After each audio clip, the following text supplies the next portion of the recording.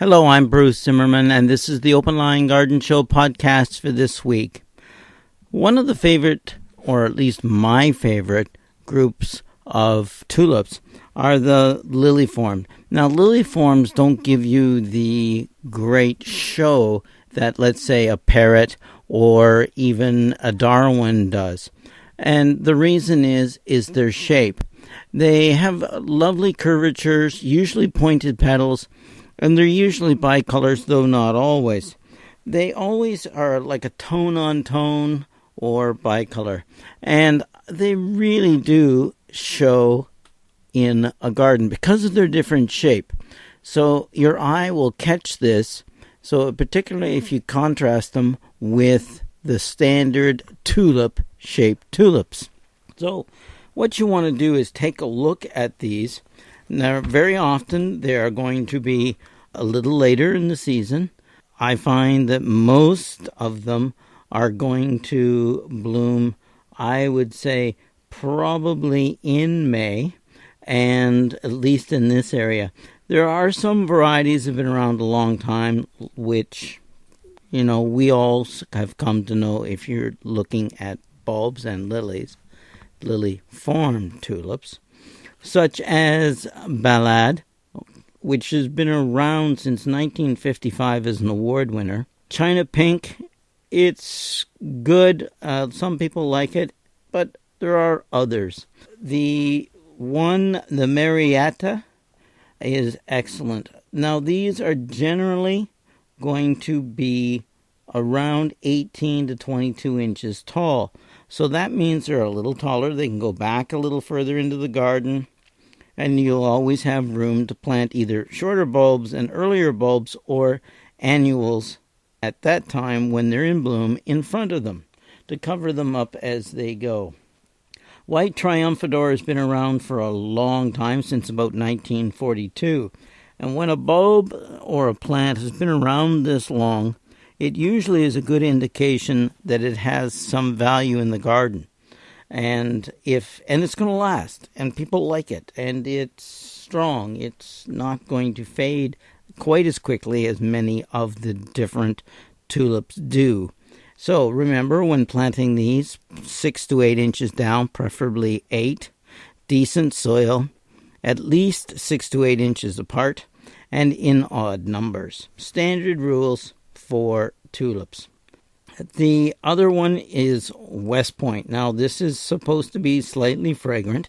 It's been around since 1943, and it is, again, an award-winning liliform tulip, and it's in a classic primrose yellow. I don't want to say yellow, because if I say yellow, you might get the idea that it's a dark yellow. It's more of a softer primrose yellow. Mariana has been around a long time, and it too has more of a golden petals with edges that are sort of white and a bright yellow interior. It's going to be 20 or 22 inches tall. All of these are excellent lily-flowered tulips, so try them. They're different, they stand out, and they will catch people's eye. So don't go and put in a whole garden of them. Use them strategically placed to attract an eye and create a specimen or a vista. In other words, a distance away. The other one I really do like are parrots, because they're so unusual. Now, when parrots were first created or discovered was a very long time ago. You'll see the old Dutch master paintings with those. Those parrot tulips were created by virus.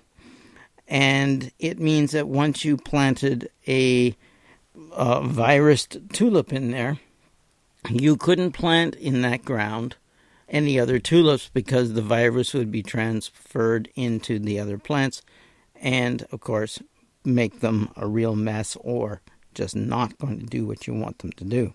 But the modern day parrots are not that way. They are actually bred to look like those old master paintings. Some of them have been around a very long time. Some of them I've known since I was a boy. Blue parrot, because it is going to give you probably one of the better blues in tulips. The other one is Texas Gold. And the Texas Gold is probably one of the first ones to sell out in the parrots, along with the blue parrot and Estella Ringeveld, which is a red and white, very broken, frilly tulip. And excellent. And of course, any of the flaming parrots are always extremely popular. Flaming parrots generally are of several colors, and the one that I've seen the most of is a white and red with a frilly edge, and of course that sort of broken looking petals that are held not nice and neat like you do in a Darwin or even a Triumph. So if you're going to look at those, you're going to look at something a little more exotic. Again, it's going to attract an eye, and you're going to get plants that are generally around anywhere from 16 to around 22 inches tall. Now, there are the multi-flowered ones, which we talked about last time, but we also mentioned the peony-flowered tulips. Now, the peony-flowered tulips or double tulips, the early doubles look more like double tulips, where the peony-flowered ones are generally look a little bit more like the older style peonies. They're sort of cupped petals, looking a little thicker, a few more petals on them, and as a result, they look a little bit more like a peony than a double petunia. When it comes to these, use them sparingly. They have a tendency to be large. And so you're going to see these right up front. They're almost what I would call an in-your-face tulip.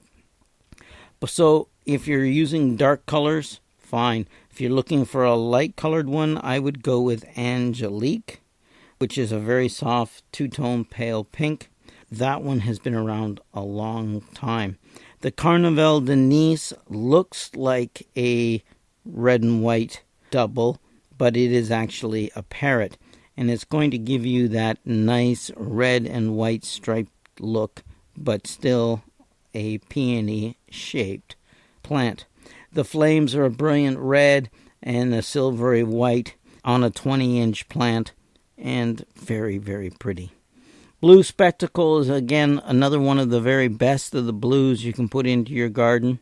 It's harder to get. You'll have to go looking for this one. It's going to be 20 inches tall, fully double, and really looking like a true peony. Those are the ones, and there are many others that I would recommend and have used in my garden at one time or another.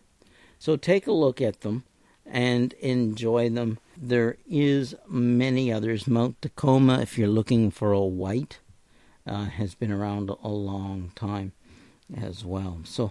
But there's lots of different colors. Vertiflora tulips have always sort of plucked my heartstrings because they look sort of like a double, sort of like a open parrot, but they have the green stripes in the petals. And the green stripe can also be a darker reddish purple. It has a tendency to transmutate from green into the darker colors on different ones. So you get ones like Pimpernel, where it's the petal in the middle at the bottom is green. It goes up into more of a purplish red, and the rest of the petal is all red. Very different. You get Chinatown doing the same thing in the vertifloras, but it has a leaf that's variegated. By that I mean it has a white edge on the green leaves. Probably the one that I like, and don't ask me why I like this one the best of the vertifloras, because there's lots of them. Golden Artist was one that I've always really liked, but Spring Green is my favorite. It's an ivory white with a green stripe. For some reason or other, I sort of like this one the most. It reminds me of St. Patrick's Day. I have no idea. It's going to bloom long after St. Patrick's Day. But it is really nice, and it makes a good contrast without being bold. So if you put this in with other plants that are leafing out or the green leaves, it's really going to stand out. I once planted this one next to a plant with green and white leaves. You'd think that that would be a faux pas, but it really stood out because the green and whites were different textures, different pattern of branching, etc. So as a result, it's really made the spring green stand out and the plant look more like part of the garden. The frilly or frilled or crispa tulips, it doesn't matter which one you plant, they're all super cool. The top of every petal and sometimes all the way down the edge are frilled, almost like somebody took a cheese grater to the petal. And they are great in the garden, but they have to be seen. And being a little taller, you're going to have to try and put them in a spot where you're going to see them a little more up close, but they're still going to be tall. And burgundy lace has been around a long time. Try that one. But all the frilled tulips will really, really stand out. People look at them and go, oh, that's nice. I like that. So when you're planting tulips, there are a lot of different kinds, shapes, colors, and don't forget, one color per clump, plant in odd numbers, and generally with the tulips, 6 to 8 inches down, where 8 is better, soil well drained, organic, and don't forget to feed them just as they're emerging, not too much, just a little, and then again when they have finished blooming. When they finish blooming, snap the heads off, leave the stems, leave the leaves, and when the leaves of the tulips are brown and yellow and laying flat on the ground, then take and pull and twist, and if it comes off clean from the top of the bulb well down in the soil, then you know it's time to take those leaves off.